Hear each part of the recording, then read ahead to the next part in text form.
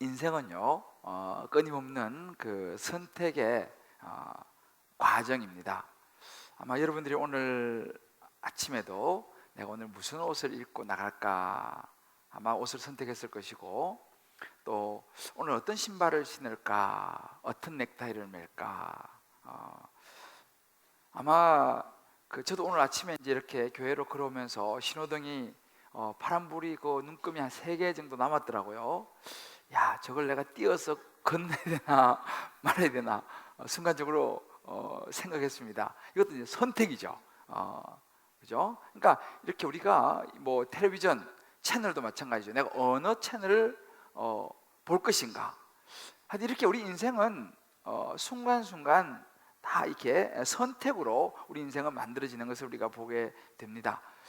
당신의 운명을 바꾸는 위대한 선택이라고 하는 그 책에서 일본의 그 와세다 대학 출신 사토 도미오라는 사람은 이렇게 이야기를 합니다.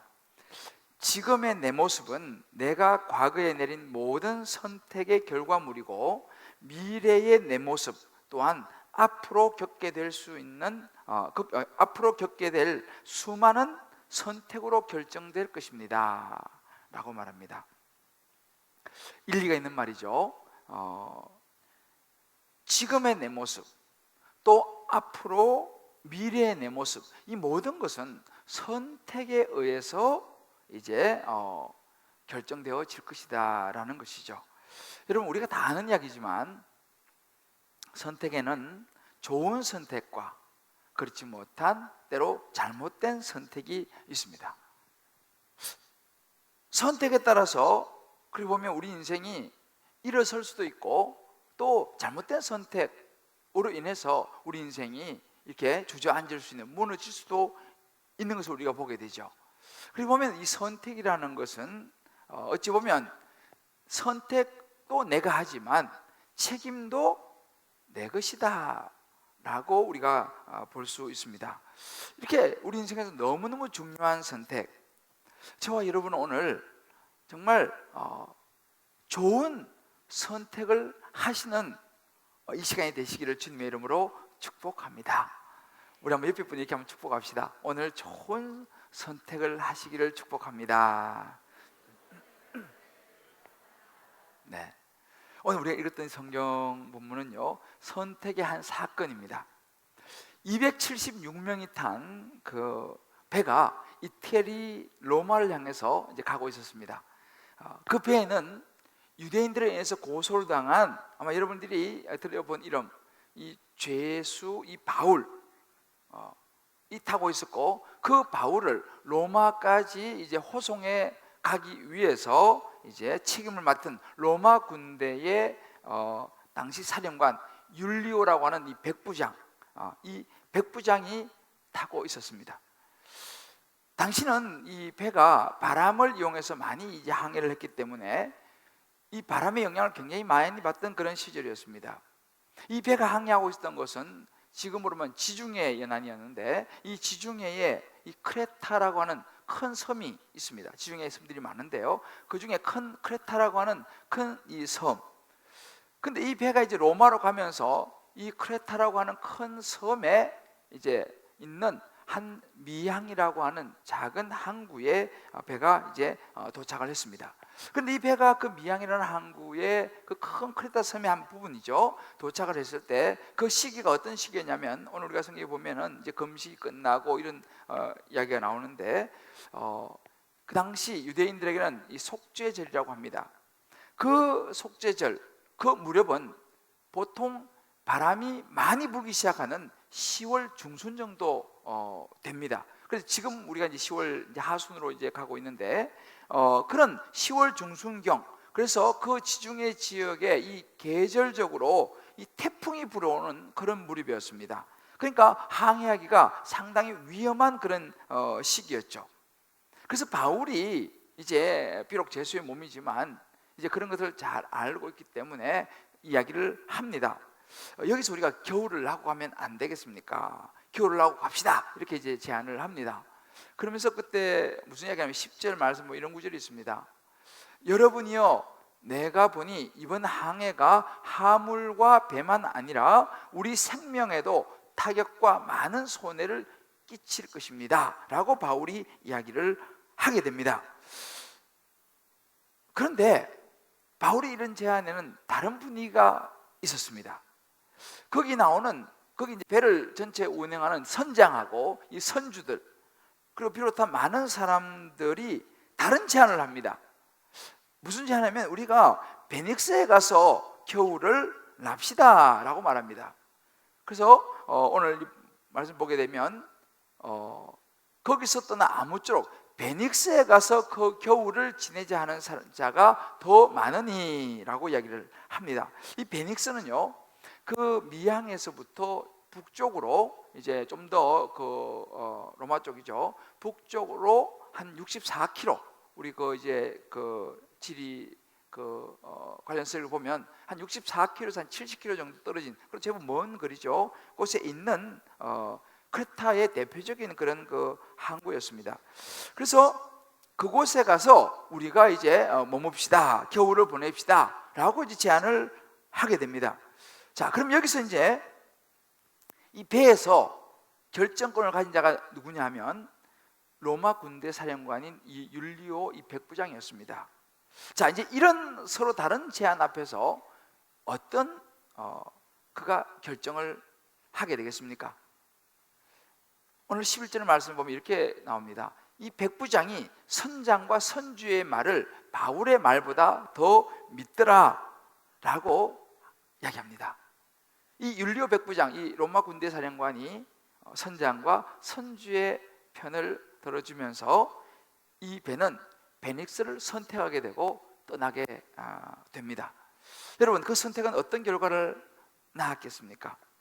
우리가 이제 그 뒷편을 다 읽어보지는 오늘 읽지는 못했습니다만, 베닉스로 이제 이 배가 가면서 항해를 하는데 마침내 큰 태풍을 만나게 됩니다. 엄청난 이 폭풍우를 만나면서 배가 뒤집힐 정도가 되는데, 그렇게 되니까 도저히 이제 안 되니까 이제 이 배를 최대한 가볍게 하기 위해서 이제 선장과 이 선원들은 배에 있는 물건들을 바다에 다 버리기 시작합니다.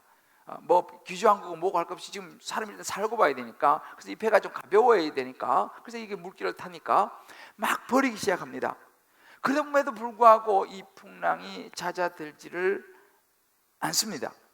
그러면서 이게 하루 이틀도 아니고 약 14일을 이제는 막 이 파도와 싸우느라고 제대로 먹지도 못하고 굶은 채로 사투를 벌이고 있는 그들의 상황이 전개가 됩니다. 그러면서 뒤에 20절에 보게 되면 이렇게 나옵니다. 열흘 동안 해도 별도 보이지 않고 큰 풍랑이 그대로 있음에 구원의 여망마저 없어졌더라. 이제는 살 가능성이 별로 없는 것입니다. 그렇죠? 이미 여러분 한 2주 정도 굶었다고 생각해 보십시오. 그래서 많은 시간을 굶어서 완전히 기진맥진해 있는 상태에다가 계속적으로 해도 보이지 않고 별도 보이지 않고 계속 파도와 싸우면서, 그러니까 이제 점점 살 희망이 없어져 가고 있는 이제 그런 상태. 이것이 베닉스를 선택한 결론이었습니다. 그런데 그래서 참 다행히도 하나님께서는 이 사도 바울을 로마까지 가야 하는 사명이 있기 때문에 이제 이 사도 바울 때문에 사실은 그 배에 탄 사람은 나중에 거의 죽음까지 갔지만 겨우겨우 목숨을 이제 건지게 되기는 합니다. 여러분 보십시오. 이 이야기는 우리에게 이 선택이라는 것이 얼마나 중요한가를 보여주고 있습니다. 어찌 보면 이 이야기는요, 오늘 현대를 살아가는 저와 여러분의 이 세상의 모습과도 굉장히 저는 흡사하다라는 생각을 해봅니다. 이렇게 인생은요, 선택이고 또 이런 선택에 따른 결과도 우리가 이제 감당해야 되는 것이 우리가 살아가는 인생이 아닌가 생각해 봅니다. 그럼 여기서 우리가 한 가지 질문을 던질 수 있는 것이 뭐냐면, 왜 선주와 이 선장과 이 선주들, 그 사람들은 바다를 너무 잘 아는 사람들이잖아요. 바다를 너무 잘 알면서도 왜 이런 위험을 무릅쓰고 베닉스를 선택했을까 하는 것입니다. 그리고 이 백부장, 이 율리오는 아무래도 로마 군인이니까 뭐 바다를 이 사람들보다는 잘 알지는 못했겠죠. 그러나 그 역시도 그들의 손을 털어 주었느냐라는 것입니다. 이유가 있었습니다. 오늘 이 12절을 보게 되면 이런 구절이 나옵니다. 그 항구가 겨울을 지나기에 불편함으로 거기를 떠나, 이렇게 나옵니다.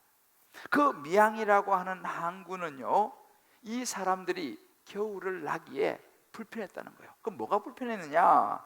그 당시에 이 기록들을 쭉 살펴보면 이 미양이라는 항구는요, 크지 않은 항구였고, 그러다 보니까 이 미양 주변에는 특별한 시설이 없었어요. 그러니까 뭐 좀 이렇게 겨울 동안 할 만한 그런 좀 즐길 만한 이런 것들이 형성되어 있지 않았습니다. 그러니까 이 사람들에게 그 미양이라는 항구에서 겨울을 난다는 것은 불편했습니다. 반대로 이 베닉스라고 하는 이 항구는 달랐습니다. 이 베닉스라고 하는 이 항구는요, 그 크레타 섬에서 가장 큰 항구이면서 그 베닉스에는 여러 가지 시설이 있었는데, 그 특별히 뭐냐면 유흥가가 거기에 많이 있었고, 극장이 연극장이죠. 우리말로 연극장이 있었고, 여러 술집들이라든지 향락을 즐길 수 있는 이런 모든 그런 시설들, 그런 것들이 조성되어 있는 곳이 베닉스 항구였습니다. 그러니까 겨울 동안 당시 이제 기록을 보면요, 이 계절부터 봄이 올 때까지 몇 달 동안은 항해가 심지어 금지되기도 했다라는 기록이 있습니다. 그러니까 이제 겨울을 몇 달 동안 나야 하는데, 거기에 극장도 좀 있고 유흥가도 좀 있고 이렇게 좀 그런 시설들이 있는 곳에서 많은 선장과 또 선주들과 많은 사람들은 즐기면서 겨울을 나기를 원했던 것입니다. 바로 이것이 그들에게 중요한 이유였어요. 미양은 나무나고 재미가 없었습니다. 결국은 그들의 선택을 보면 12절을 보면 이렇게 말합니다. 아무쪼록 베닉스에 가서 겨울을 지내자 하는 자가 더 많으니. 여러분, 이 아무쪼록이라는 우리 말이 좀 재밌는데, 이 어떤 뉘앙스가 있습니까? 사실은 이 선장과 선주는 바다에 대한 지식과 경험이 많은 사람들입니다. 그런데 이때쯤은 이런 폭풍과 태풍이 온다는 것이 모르는 바가 아니었습니다. 그런데 그들의 마음에는 뭐가 있었냐? 아무쪼록, 이 말은 뭐예요? 요행을 바라는 것이죠. 잘하면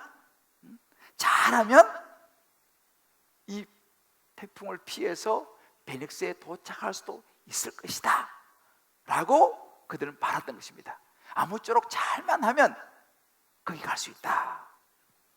여러분, 이 베닉스는요, 그들에게 너무 큰 유혹이었어요. 그곳까지만 하여튼 잘 6, 70km 항해하면 겨울을 재밌게 보낼 수 있다라고 하는 그 큰 유혹 앞에서 그들은 베니스를 선택했고, 백부장도 역시 그들의 손을 들어주었습니다. 여러분, 세상에 많은 사람들이 왜 예수 믿는 것을 거절하겠습니까? 보통 우리가 교회 가자, 예수 믿어야지, 그럼 손살을 칩니다. 왜 그럴까요? 저는 아마도 이 베닉스의 선택이 아닐까라는 생각을 해보게 됩니다. 일단 예수 믿는다 그러면 재미가 없을 것 같아. 그죠? 교회 다니고 뭐 예수 믿는다, 인생이 재미가 없을 것 같아. 인생을 살면서 가끔씩 술도 한잔하고 인생도 적당히 즐기면서 좀 타협도 하면서 그렇게 인생을 좀 인조해하면서 살고 싶기 때문이 아닌가. 어찌 보면 이 미양과 같은 그 기독교, 예수 믿는다는 거, 그 너무 좀 인생이 재미가 없지 않겠는가. 너무 밋밋하고 말이죠. 제가 가끔씩 이제 예수를 믿은 지 얼마 안 된 분을 이렇게 만나면 그런 이야기를 해요. 야, 그 남자들이 그 앞에서 콜라, 사이다 놓고 무슨 할 얘기가 있습니까? 그러다가 참이슬이나 맥주라도 하는 놓아야지. 이게 이야기가 좀 남자들이 대화가 되지. 그 뭐 음료수 놓고 저는 그거 이해를 못했습니다, 이렇게 이야기를 해요. 그런데 교회 와서 이렇게 예수 믿는 사람들이, 남자들이 둘러 앉아가지고 앞에 사이다 한 잔 놓고 한참 이야기를 하는 거 보고 자기 놀랬다는 거예요. 이야기가 되더라는 것입니다. 이 사이다 놓고도 이야기가 대화가 되네요. 이런 얘기가 가끔 들어요. 이제 막 예수 믿고 교회 오니까 여러분, 사이다 놓고도 대화가 됩니다. 이런 부분들이 이제 사실은 예수를 믿지 않는 분들은 이해가 안 되는 것이죠. 그리고 뭔가 좀 이렇게 믿더라도 좀 더 놀다가 가고 싶은 거예요.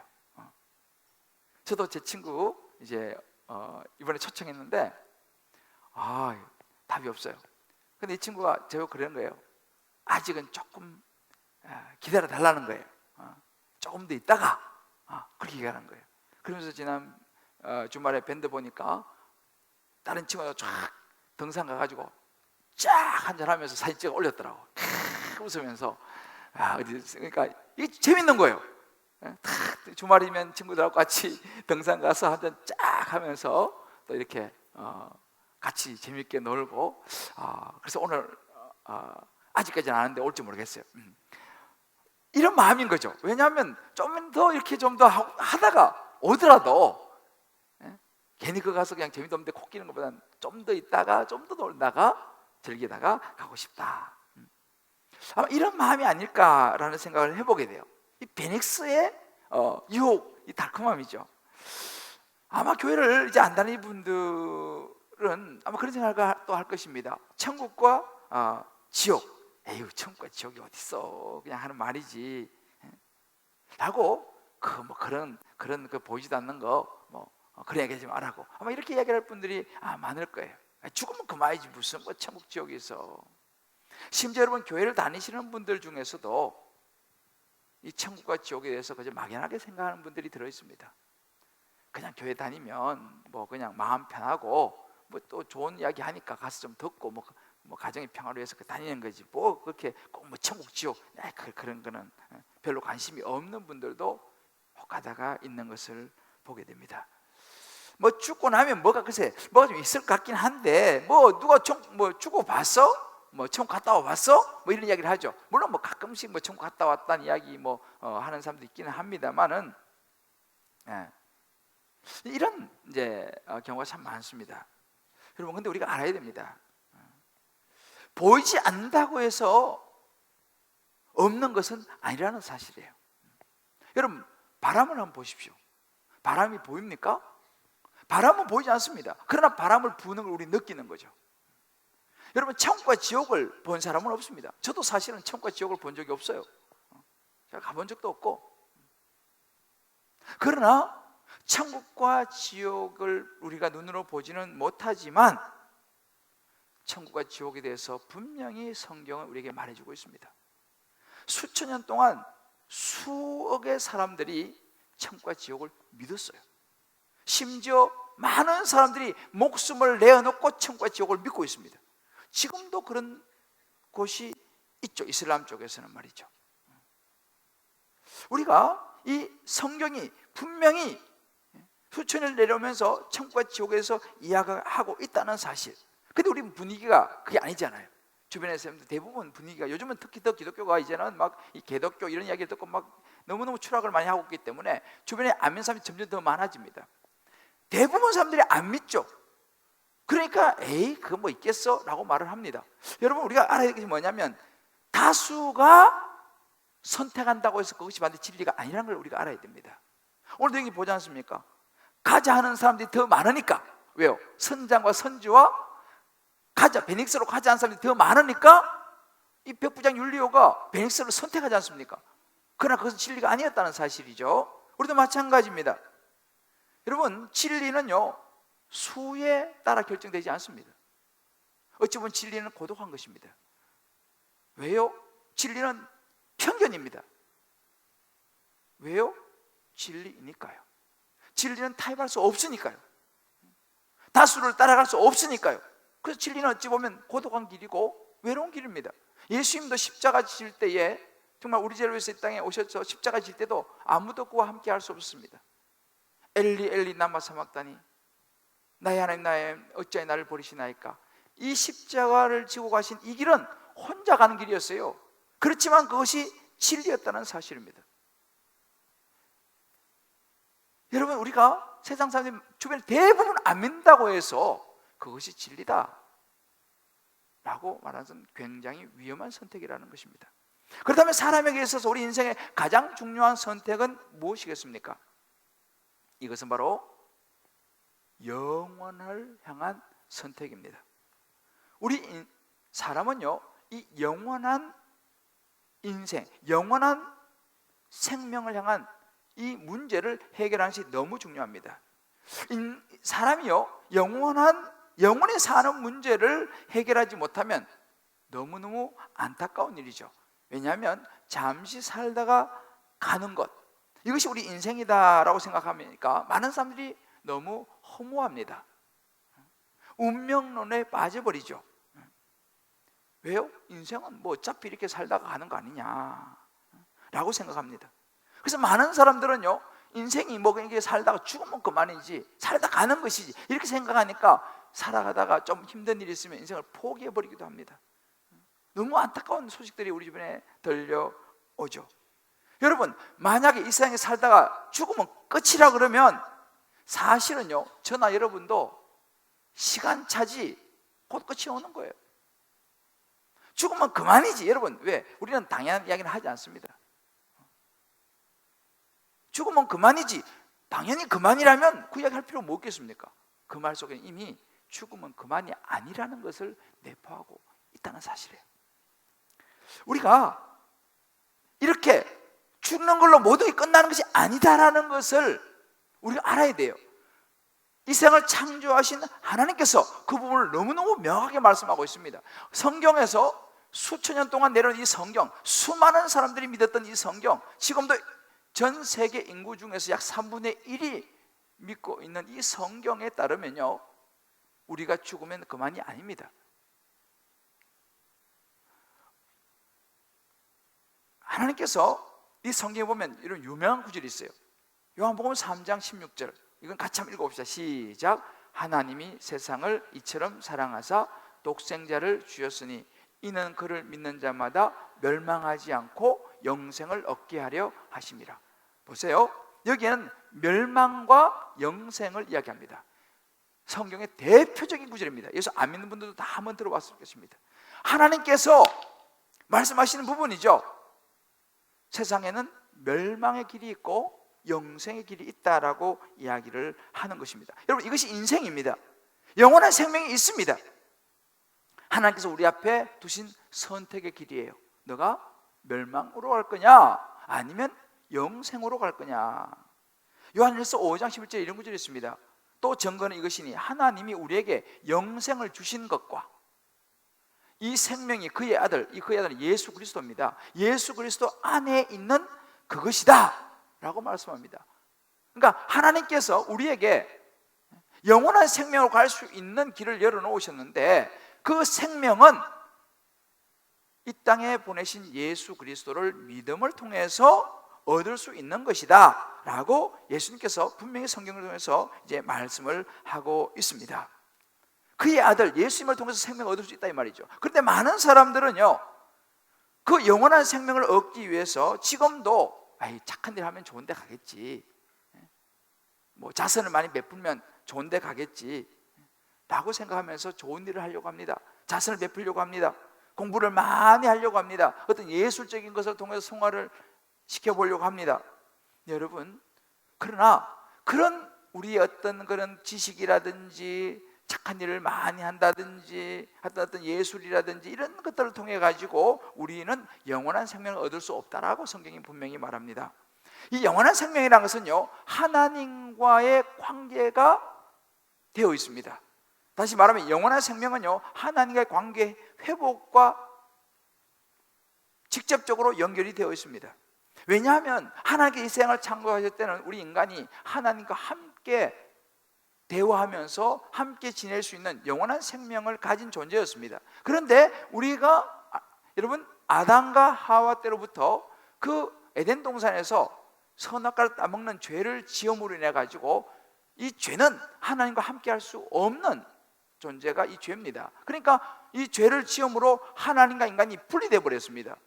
에덴 동산에 쫓겨나면서 분리되어 버렸죠. 그때부터 인간에게 죽음이라는 것이 온 것입니다. 그전에는 죽음이라는 게 없었습니다. 그래서 하나님과 인간이 분리된 이 상태를 다시 연결시켜야지만이 우리의 죽음의 문제를 해결할 수 있고 영원한 생명으로 들어갈 수 있다는 사실입니다. 이것이 뭐냐? 바로 예수를 믿는 것이죠. 이제 이 다리를 놓은 것이 누구냐? 예수님입니다. 그래서 이 땅에 오셔서 우리의 모든 죄의 문제를 해결해 주시러 오신 분이 예수님이신데, 그래서 나는 길이요 진리요 생명이니 나로 말미암지 않고 아버지께 갈 자가 없다. 예수께서 그 하나님과 우리 사이에 이 죄의 문제를 해결해 주면서 다리를 놓은 분이 예수님이셨습니다. 그래서 우리가 다시 예수를 믿게 되면 하나님과 관계가 회복이 되는 거예요. 그러면 우리가 다시 영원한 생명을 얻게 되는 것이라고 성경은 우리에게 이야기를 합니다. 여러분, 그러면 세상에 하나님이 없이 예수 믿지 않고 살아가는 사람들은 어떻게 되냐? 여러분, 예수를 믿지 않고 하나님이 없이 살아가는 사람은 세상의 영의 지배를 받게 됩니다. 그렇기 때문에 여러분, 세상의 영의 지배를 받으면 어떻게 해요? 항상 마음이 불안합니다. 두려움이 있습니다. 그래서 사람들은요, 너무 불안하고 두렵고 내일이 알고 싶으니까 어디를 찾아갑니까? 점집을 찾아가는 거죠. 요즘은 철학관이라고 이름을 바꿨더라고요. 요즘 철학관을 많이 찾아갑니다. 그리고 어느 날이 좋은 날인지 물어봅니다. 길일이 언제냐, 궁합이 맞느냐, 어느 날 이사를 가야 되느냐, 손이 있는 날이냐 없는 날이냐, 이런 것들, 이런 걸 일일이 물어봅니다. 왜? 불안하니까요. 혹시 내가 이상한 날 이사 갔다가 무슨 봉변을 당하지 않을까? 혹시 내가 아무렇게나 이렇게 뭘 했다가 혹시 집안에 우환이 오면 어떨까? 늘 불안한 거죠. 걱정이 되는 거죠. 그래서 미리미리 가서 물어보고 이날은 이사하면 안 된다. 그럼 그날 이사를 피하는 거죠. 이날은 이쪽으로 가면 뭘 하면 안 된다. 그거 안 하는 거죠. 이렇게 누우면 안 된다. 안 눕는 거죠. 여러분, 이거 얼마나 힘든 일입니까? 근데 그럴 수밖에 없는 것이 뭐냐 하면 세상을 지배하는 영이 그 사람 마음속에 있기 때문에 그렇게 안 하면 불안한 거예요. 혹시 무슨 일이 생길까 봐. 아마 여러분들이 교회 안 다니시는 분들 중에서, 또 혹시 교회 이제 억지로 이렇게 또 같이 나오신 분들 중에서도 아마 여러분 걱정이 되는 분이 있을 거예요. 내가 괜히 교회 한번 따라왔는데 우리 집에 또 무슨 우환이 생기지 않을까. 이거 깨름직하고 말이죠. 그런 분들이 있을지는 모르겠어요. 야, 내가 이거 예수 믿었다가 우리 집안에 또 뭐가 잘못되는 거 아니야? 이상하게 그것도 뭐가 껴가지고 이상한 일이 생기는 거 아니야? 이렇게 생각하는 분들이 아마 있을지도 모르겠습니다. 이게 왜 그러냐면요, 세상의 영이 여러분의 마음을 붙잡고 있기 때문에 그렇습니다. 여러분 얼마나 불편하십니까? 걱정도 되고, 그러니까 자유롭지를 못하는 거예요. 여러분, 세상의 영이 우리를 자유롭게 놔두지 않습니다. 여러분 생각해 보십시오. 세상의 영이 좋은 영이라면 왜 우리를 자유롭게 놔두지 않습니까? 왜 세상의 영이 좋은 영이라면 우리가 마음대로 잠을 어디로 자든지 이사 아무 때나 가든지, 그렇잖아요? 그것이 뭔 상관입니까? 그런데 그런 것을 통해서 우리를 자꾸만 올가매고요, 우리를 자꾸만 이렇게 겁나게 만들고 두렵게 만드는 그 존재는, 그 영은 좋은 영이 아니라는 것을 우리가 객관적으로 봐도 알 수 있습니다. 만약에 그런 분이 계시다면 그런 분들은 예수 믿으셔야 될 줄을 믿습니다. 우리가 예수를 믿으면 우리 안에 어떤 영이 들어오냐면 하나님의 영이 들어옵니다. 하나님의 영, 우리 교회에서는 성령이라고 말하는데 하나님의 영이 들어옵니다. 그러면 하나님의 영이 그 모든 영들을 다 제압을 해버리는 거예요. 그러면 그 모든 무슨 날 이사를 하든지, 잠을 어디로 자든지, 그런 모든 문제로부터 자유를 얻는 줄 믿으시기를 바랍니다. 왜요? 하나님 믿으니까. 하나님께서 그 모든 걸 해결해 주실 거니까.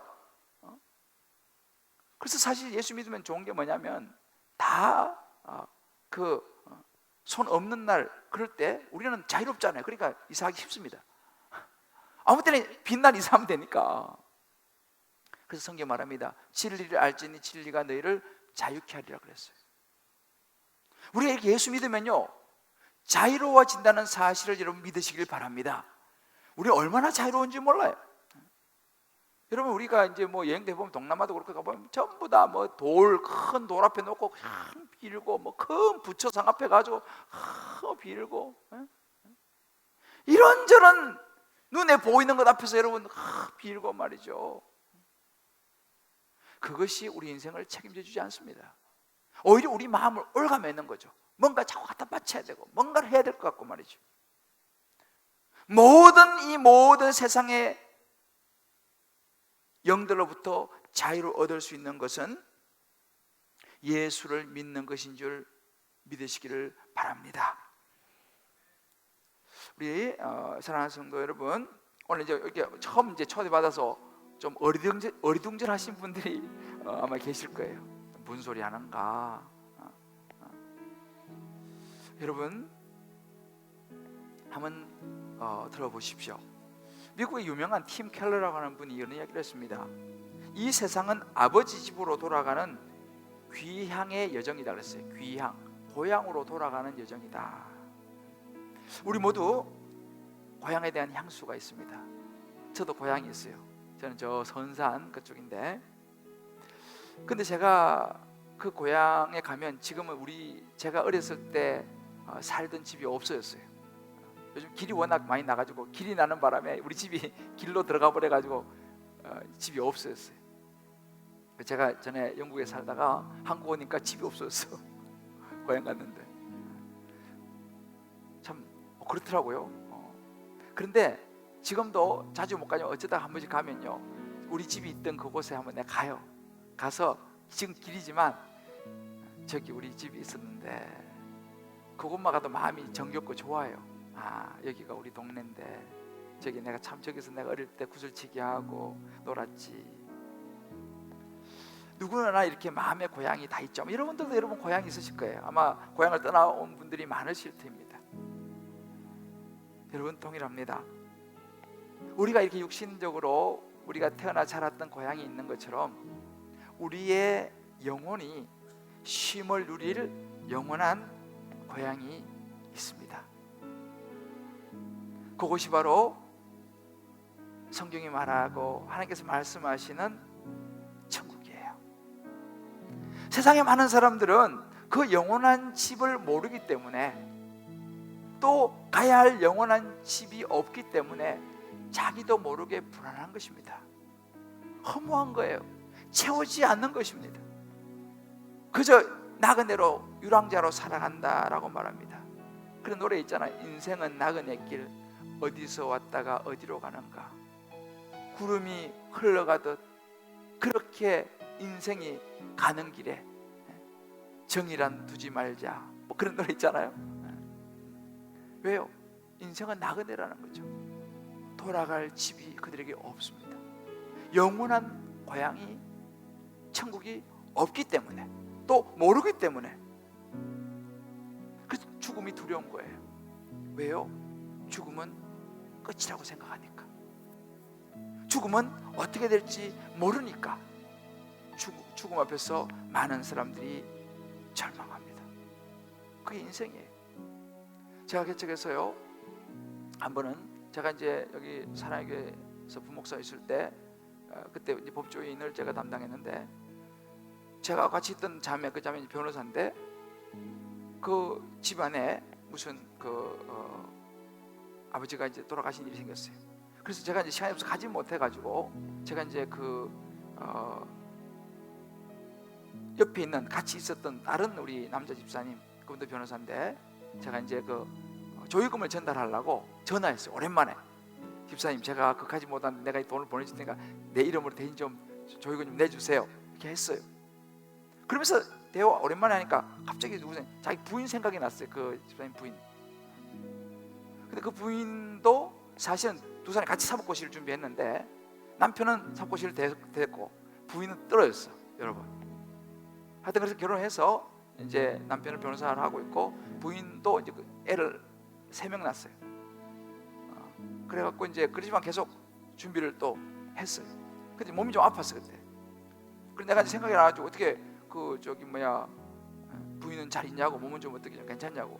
그러니까 갑자기 아무 이야기를 안 하는 거예요. 왜 그렇지? 그런데 이 집사님이 그러는 거예요. 조금 있다가, 목사님 모르셨어요? 그러는 거예요. 예? 뭘요? 뭔 일이 있어요? 아, 제 부인요, 지난 3월 달에 하나를 갔어요. 그러더라고. 예?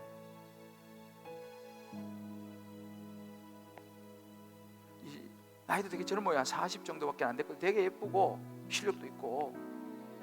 근데 그렇게 갑작스럽게 세상을 떠났어요. 저 너무너무 놀랐어요. 여러분, 이것이 인생이에요. 아무리 똑똑하고 정말 앞길이 창창해도요, 하나님 부르시면 가야 되는 것이 인생이에요.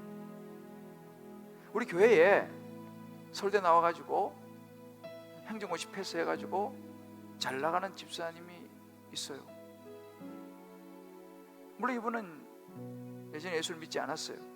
그런데 행정고시 이제 보면서 자꾸 떨어지고 하니까 간절해가지고 교회 몇 번 갔대. 그렇게 돼가지고 진짜 붙었어. 붙고 나니까 생각이 달라졌어. 그 다시 뭐 또 이제 잘 안 다녔죠. 그러다가 여러분, 우리 지난번에 그 여수 엑스포 있잖아요. 엑스포 총 책임자로 지금 거기 맡아가지고 하게 됐어요. 교회에 있을 때 그 옆에 눈치도 보는데 그거 하니까 얼마나 좋아요. 많이 자유잖아요. 얼마나 마셔대고 피워댔는지. 오늘 아침에 피가 나오는 거야. 피가 붉은 피가 멈추질 않아. 병원에 가지를 못하겠어요. 왜? 병원에 가면 벌써 뭐 뻔하잖아요. 벌써 피가 막 나오고 하니까. 지금까지 너무 멋지게 서울대 나와가지고 고시 패스해가지고 잘 나가고 있는데 아직은 젊은데 피가 나오니 인생 끝난 거 아니에요?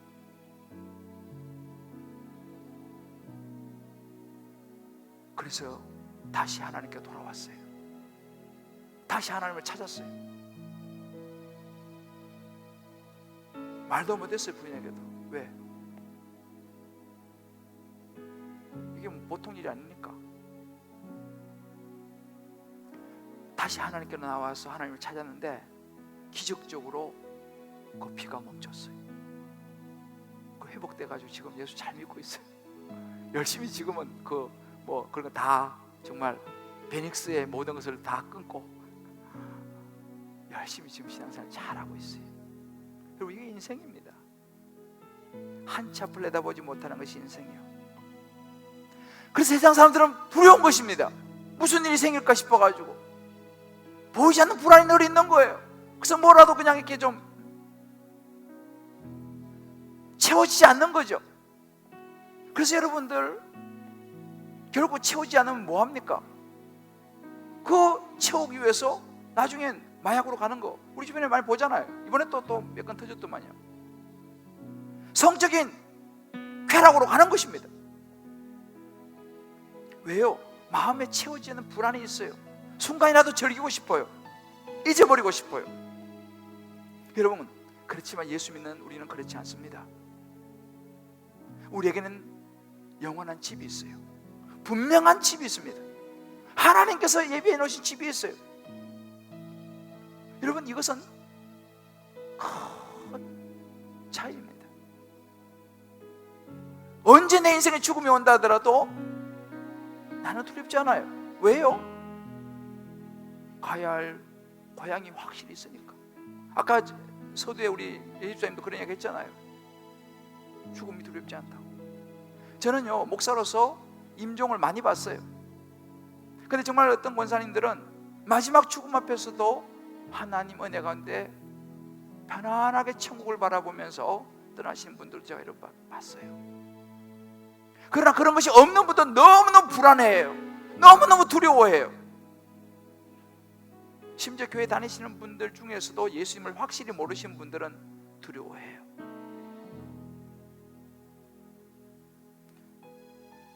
이것이 우리가 가야 할 영원한 고향이 있다는 사실입니다. 우리 영원한 고향, 그 영원한 집으로 가는 데는요, 넘어야 될 한 가지 장벽이 있어요. 그 장벽은 바로 뭐냐면 죄라는 장벽입니다. 이 죄라는 장벽을 넘지 않고는 하나님과 우리가 연결이 되지 않기 때문에 영원한 고향으로 갈 수가 없습니다. 이 죄라는 장벽. 그럼 뭐가 죄입니까? 꼭 도둑질하고 뭐 나쁜 짓하고 이건 또 죄지만 가장 큰 죄는 뭐냐면요, 하나님을 믿지 않는 죄예요. 예수를 믿지 않는 죄. 이거보다 큰 죄는 없어요, 여러분.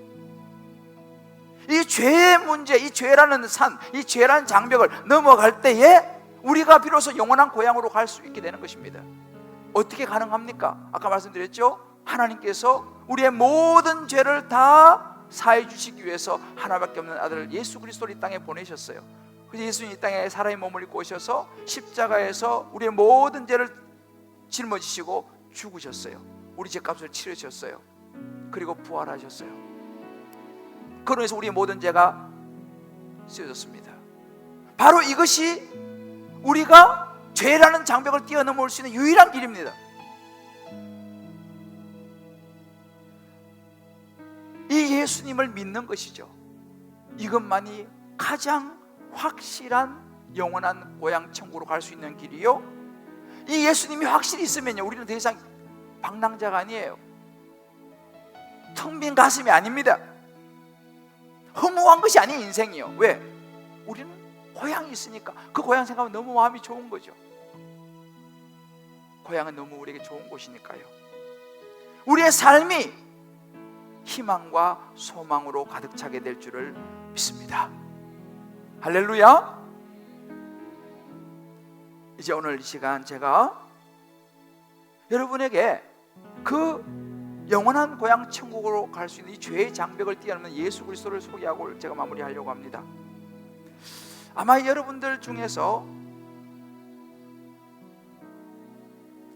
이 간단한 세 가지 원리, 첫 번째, 우리가 이 죄의 장벽을 뛰어넘고 하나님의 영원한 고향을 갈 수 있는, 하나님과 관계를 회복할 수 있는 것이 뭐냐면 어드미트 하는 것입니다. 인정하는 것입니다. 뭘 인정해요? 내가 죄인이라는 사실을 인정하는 것입니다. 아까 죄에 대해 설명했지 않습니까? 나는 죄인이라는 사실을 인정할 필요가 있습니다. 예수 믿지 않는 자체가 죄라고 그랬지 않습니까? 그 외에도 우리 살아가면서 이런저런 죄를 우린 짓죠. 이것이 인정이 되어져야 됩니다. 왜? 죄라는 것이 인정이 되지 않으면 죄의 장벽을 뛰어넘을 필요가 없다고 생각하니까요. 그러나 이 죄의 장벽을 뛰어넘지 않고는 우리는 하나님과 관계 회복될 수 없다는 사실이죠. 첫 번째, 내가 죄인이라는 것을 인정하는 것입니다. 두 번째, believe, 믿음입니다. 내가 죄인이기 때문에 이 죄의 문제를 해결할 수 있는 유일한 길은 하나님께서 우리에게 제시해 놓으신 예수 그리스도, 그분을 믿는 것이다. 예수를 내가 믿으면 내 모든 죄가 예수님에게로 옮겨지고 나는 죄로부터 이 죄의 장벽을 뛰어넘을 수 있다는 사실을 내가 믿는 것입니다. 이게 두 번째 단계예요. 마지막은 선택입니다. 그 예수님을 지식적으로 아는 것은 의미가 없어요. 내가 그 예수님을 선택하는 것입니다. 내 마음에 받아들이는 것입니다. 아, 예수님이 나를 십자가에 죽으시고 부활하셨구나 사실을 받아들이는 거예요. 이게 선택입니다. 이 세 가지, 이 과정을 통해서 여러분이 하나님과 관계가 다시 회복될 수 있고 하나님의 자녀가 될 수 있으니까 당연히 영원한 천국으로 갈 수 있는 자격을 얻는 것이죠. 근데 여러분 중에 이런 분이 있을지 몰라요. 내가 예수님도 다 알지도 못하는데 내가 믿는다 그래가지고 그게 될까? 여러분, 우리 자녀가요, 부모를 다 알고 처음부터 부모를 다 알 수 없어요. 아기는 태어나도 부모를 모릅니다. 부모의 품에서 자라기 시작하면서 어느 정도 자라고 나면 그 다음에 부모를 알아보게 돼요. 우리가 예수를 다 알고 믿는 거, 여러분, 불가능합니다. 어떻게 하나님을 우리가 어떻게 다 압니까? 예수를 어떻게 다 압니까? 다만 믿음으로 내가 선택하는 거죠. 난 잘 몰라요. 그렇지만 선택하는 것입니다. 그리고 선택해서 이 믿음이 우리 안에 들어오면요, 시간이 조금 지나면서 여러분들이 예수님을 알아가게 될 거예요. 하나님을 알아가게 될 거예요. 이게 순서입니다. 다 알고 믿겠다? 그건 불가능합니다. 그래서 오늘 예수님께서, 하나님께서 여러분들을 기다리시는 거예요. 여러분들 중에서 요즘 이상하게 주변에서 자꾸 그냥 교회 가자, 예수 믿으라, 이런 이야기를 왜 자꾸 하지? 이런 이야기 여러분 이렇게 들리는 분들이 있을지 몰라요. 오늘 나온 분들 중에서도 아마 그런 분들이 있을지 모르겠습니다. 요즘 따라 이상하게 교회 이야기하고 예수 이야기 들려온다라고 하는 분이 계시면, 여러분, 그분들은요, 하나님이 여러분을 부르고 계신 것입니다. 여러분 옆에 있는 분들을 위해서 녹화하고 계신 거예요. 이제는 너가 내 자녀가 되면 좋겠다. 요한계시록 3장 20절 이런 말씀이 있습니다. 볼지어다 내가 문 밖에 서서 두드리노니 누구든지 내 음성을 듣고 문 열면 내가 그에게로 들어가서 그로 더불어 먹고 그는 나로 더불어 먹을 것이다. 녹화할 때에 문을 여는 것이 중요합니다. 이제 오늘 이 시간 우리 전사님이 찬양을 하나 불러드릴 텐데, 이 찬송을 여러분 들으시면서 오늘 말씀을 생각해 보십시오. 하나님께서요 여러분을 부르십니다. 이제 너가 돌아와라, 돌아와라. 이제 내 자녀가 되어서 나와 함께 영원한 생명을 얻었으면 좋겠다. 이 찬양을 들으시면서 여러분들 하나님의 음성을 들으시길 바랍니다. 그리고 선택하시기 바랍니다.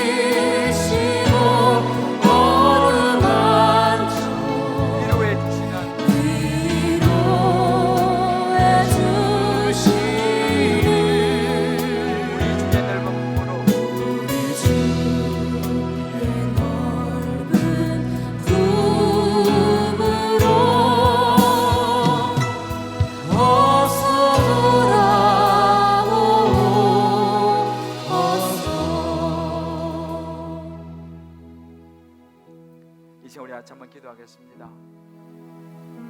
우리 모두 눈을 감고 한번 기도하겠는데요, 오늘 이 말씀 가운데 하나님이 여러분을 부르고 계십니다. 어서 돌아와라. 이제 그만 돌아와라. 지금까지 내가 너를 오랫동안 기다렸다. 부모가 집 나간 자식을 기다리며 밤마다 문 열어놓고 정말 마음 졸이면서 나간 자식 돌아오기를 밤새 기다린 것처럼 하나님이 여러분을 기다리십니다. 영원한 생명을 주시기를 원하십니다. 돌아오라는 거예요. 이제 더 방황하지 말고 이제 내게로 돌아와라.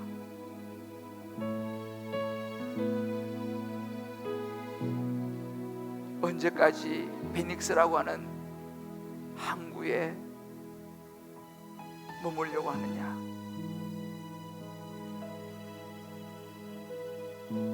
이제는 오늘이 아니라 영원을 바라보고 살아야 한다고 말씀하십니다. 오늘 예수님의 이 부르심 앞에 저와 여러분이 한번 반응했으면 좋겠습니다. 잘은 모르지만 나도 그 예수님 오늘 내가 선택하기 원합니다. 그리고 나도 영원한 천국을 내가 선택하기 원합니다. 그런 마음을 하나님께 여러분에게 주시는 분들은 제가 한번 여러분을 위해서 기도할 테니 눈을 감은 채로 오른손을 왼쪽 가슴에 한번 얹어 보십시다. 감사합니다. 이것은 개인의 선택입니다. 다른 사람이 대신 선택해 줄 수 있는 것이 아닙니다. 나의 선택이고 나의 결과입니다. 네, 감사합니다. 한 번만 더 묻습니다. 여러분, 교회를 오래 다녔다고 해서 누구나 이 선택을 한 것은 아닙니다. 심지어 목사라 할지라도 이 선택을 하지 않고 목사가 될 수도 있다고 저는 생각합니다. 교회를 오래 다녔다고 해서 이 선택은 자동적으로 주어지는 게 아니에요. 한 번 이 선택은 우리에게 필요합니다. 내가 이것을 알고 선택하는 것이 중요합니다. 그래서 교회 오래 다니신 분들 중에서도 지금까지 내가 살아오면서 이 선택을 정확하게 한 기억이 없다, 이런 분들은요, 오늘 이 시간 이 예수님을 선택하시기를 바랍니다. 그런 분들도 주님이 부르십니다. 그런 분들 가슴에 손 한번 얹어 보십시오. 네, 감사합니다. 신앙생활에서 한 번은 이런 순간이 분명히 있어야 합니다. 그런 기억이 있나 없나 긴가민가한 분들은 없을 가능성이 많네요. 그런 분들은 이 시간 다시 선택을 확실히 하시기 바랍니다. 할렐루야. 이제 이 시간 여러분을 위해서 제가 기도할 테인데, 가슴에 손을 얹은 분들 하나님 앞에 이제 진심으로 마음을 모아서 저를 따라서 기도해 주시면 되겠습니다. 작은 소리로 기도할 때 한번 여러분 죄송하지만 가슴 손이 얹은 분들은 그 자리에서 한번 조용히 눈을 감고 한번 일어서 보십시다. 기도할 때, 네, 고맙습니다. 하나님 앞에 좀 분명한 우리 마음을 보여주는 것이 필요합니다. 눈을 감은 채로 하나님 앞에서 여러분들 내 마음을 한번 드리는 것입니다. 주님, 제가 이 선택을 내가 하기를 원합니다. 네, 고맙습니다. 하나님과 여러분 각자 개인적인 관계입니다. 어서 돌아오라, 개인적인 관계예요. 누구도 대신해 줄 수 없는 선택입니다. 부인이 대신해 줄 수 없어요. 자녀가, 부모가 대신해 줄 수 없는 것이 이 선택입니다. 네, 감사합니다. 교회 오래 다녔던 분들 중에서도 마찬가지예요. 이런 부분에 있어서 오늘 이 선택이 여러분 개인의 것이 되기를 바랍니다. 이제 저를 따라서 작은 소리로 한번 기도해 주시고, 지금이라도 여러분 일어서는 게 아무것도 아니지만 하나님 내 마음을 보여드리는 거거든요. 그래서 지금이라도 여러분들을 마음에 주신 분들 있으면 주님이 녹화하시는 거니까 그냥 조용히 눈을 감은 채로 잠깐 일어서시면 됩니다. 이제 저를 따라 작은 소리로 그러나 마음을 모아서 따라서 한번 기도하겠습니다. 주 예수님, 나는 죄인입니다. 저를 위해 십자가에 죽으시고 부활하신 내 죄를 사하신 예수님을 이제 제 마음의 문을 열고 모셔드립니다. 선택합니다. 들어오셔서 제 인생을 주관하여 주십시오. 제 모든 죄를 사하여 주십시오. 제 인생의 주인이 되어 주십시오. 이제 제 마음에 들어오신 예수님, 이제 제 마음에 들어오신 예수님 감사합니다. 감사합니다. 영원토록 영원토록 예수님의 마음 모시고 예수님의 마음에 모시고 살아가겠습니다. 살아가겠습니다. 하나님의 자녀 삼아주신 것 하나님의 자녀 삼아주신 것 감사합니다. 감사합니다. 예수님의 이름으로 기도합니다. 예수님의 이름으로 기도합니다. 아멘. 아멘. 제가 한번 기도하겠습니다. 하나님 아버지, 이제 앉으셔도 됩니다. 오늘 이 시간 예수님을 선택하겠다는 이 마음으로 가슴에 손을 얹었습니다. 그리고 일어섰습니다. 혹은 앉아서 진심으로 가슴에 손을 얹고 예수님을 선택했습니다. 영접하는 자, 곧 그 이름을 믿는 자에게는 하나님의 자녀가 되는 권세를 주었다고 하셨습니다. 이 고백을 통해서 하나님의 자녀 삼아주신 것 감사합니다. 아멘. 주여, 이제 미양 이 베닉스가 아니라 하나님의 나라 같은 미양을 선택할 수 있는 은혜를 주심에 감사합니다. 아멘. 이제는 하나님의 자녀로서 모든 두려움을 떨쳐버리고 살아가는 인생 되게 축복하여 주옵소서. 아멘. 감사하며 예수님의 이름으로 기도합니다. 아멘. 아멘. 오늘 예수님을 선택하시고 하나님의 자녀가 된 분들 위해 우리 축복의 박수 한번 하겠습니다.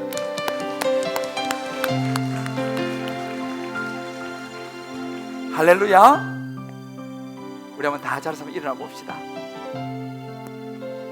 우리 옆에 분 이렇게 한번 축복합시다.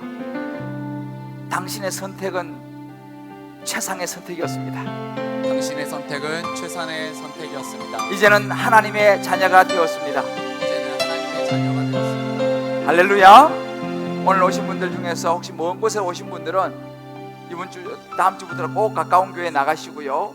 또 가까이서 오신 분들은 꼭 주일날 교회에 나오시길 바랍니다. 왜냐하면 이 선택, 이 믿음을 자꾸만 지켜줘야 되고 붙잡아줘야 되는데 혼자서는 이거 어렵습니다. 그러니까 교회에서 여러분 이런 부분들을 도와드리니까 힘드시더라도 꼭 다음 주에도 나오시고 또 이렇게 당분간 이 믿음을 잘 지켜내시기를 하나님의 이름으로 축복합니다. 우리 옆에 다시 한번 축복합시다. 이 믿음을 끝까지 잘 지키세요. 이 믿음을 끝까지 잘 지키세요. 다음 주에도 또 만납시다. 다음 주에도 또 만납시다. 할렐루야. 네. 우리 아주 먼 옛날 찬송 우리 같이 축복 한번 부르고 제가 축도하겠습니다.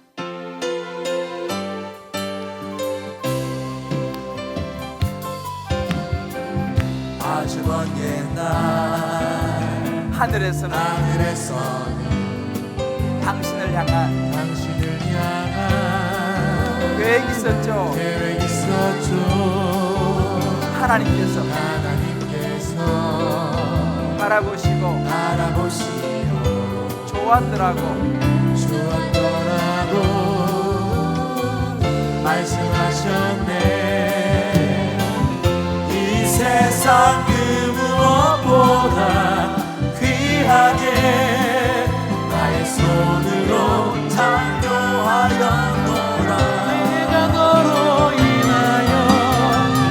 내가 너로 인하여 하나님 말씀하십니다.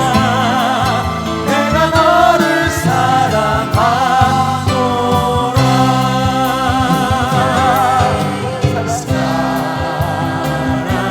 사랑해요.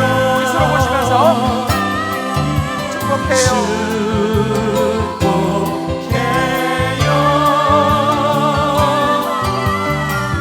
당신의 마음에 우리의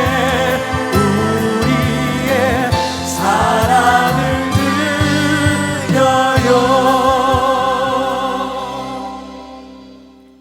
이제는 우리를 죄악 가운데서 구원하여 주신 우리 주 예수 그리스도의 크신 은혜와 우리 하나님의 놀라운 사랑하심과 성령의 인도하심이 오늘 이제 이 예수님 마음에 선택하시고 하나님의 자녀가 된 귀한 우리 성도님들 한 분 한 분 머리 위에 저들의 사랑하는 자녀들 또 사랑하는 아내, 남편, 부모 모든 삶의 여정 기도 제목 위에 오늘도 오이코스를 품고 결심을 다해서 주님 앞으로 인도한 그 축복된 발걸음 위에 군에 가 있는 자녀들, 지방이나 해외에 있는 모든 식구들, 병상에서 죄전을 바라며 회복을 기다리는 모든 환우들 머리 위에, 또 여러 이모저모로 요즘 수고하는 많은 수험생들과 정말 중요한 일을 앞두고 간구하는 그들 모든 기도 제목 위에 주의 나라를 위하여, 영혼 구원을 위하여, 또 말씀을 따라 언약을 따라 11조를 드리고 감사로, 선교로, 구제로, 소원으로, 이모저모의 특별한 예물로, 건축의 예물로 하나님께 올려드리는 언약의 축복의 손길 위에 이제부터 영원토록 함께 하시길 간절히 축원하옵나이다. 아멘.